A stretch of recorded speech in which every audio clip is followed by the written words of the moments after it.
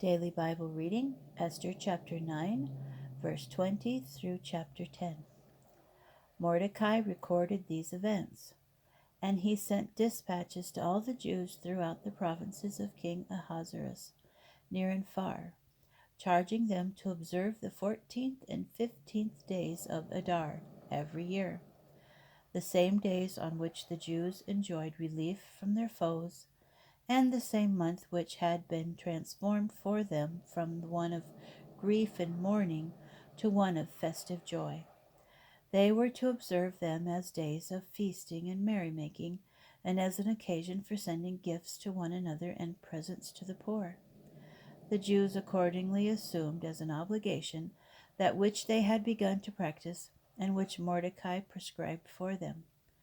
For Haman, son of Hammedatha the Agagite, the foe of all the Jews, had plotted to destroy the Jews, and had cast pur, that is, the lot, with intent to crush and exterminate them.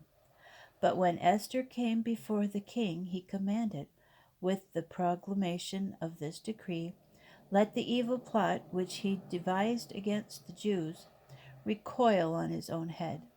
So they impaled him and his sons on the stake.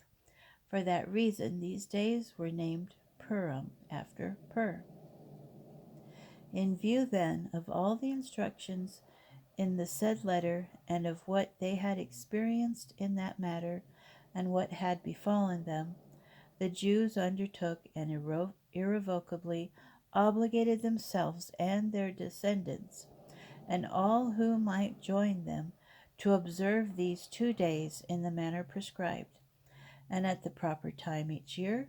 Consequently, these days are recalled and observed in every generation, by every family, every province, and every city.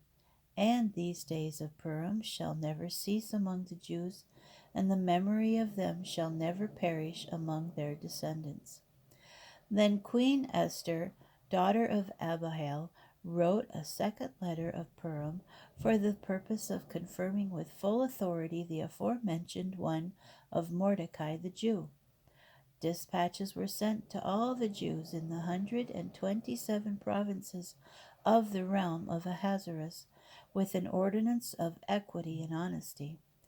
These days of Purim shall be observed at their proper time, as Mordecai the Jew, and now Queen Esther, has obligated them to do, and just as they have assumed for themselves and their descendants the obligation of the fasts with their lamentations. And Esther's ordinance validating these observances of Purim was recorded in a scroll. King Ahasuerus imposed tribute on the mainland and the islands. All his mighty and powerful acts, and a full account of the greatness to which the king advanced Mordecai, are recorded in the annals of the kings of Media and Persia. For Mordecai the Jew ranked next to King Ahasuerus, and was highly regarded by the Jews, and popular with the multitude of his brethren. He sought the good of his people, and interceded for the welfare of all his kindred.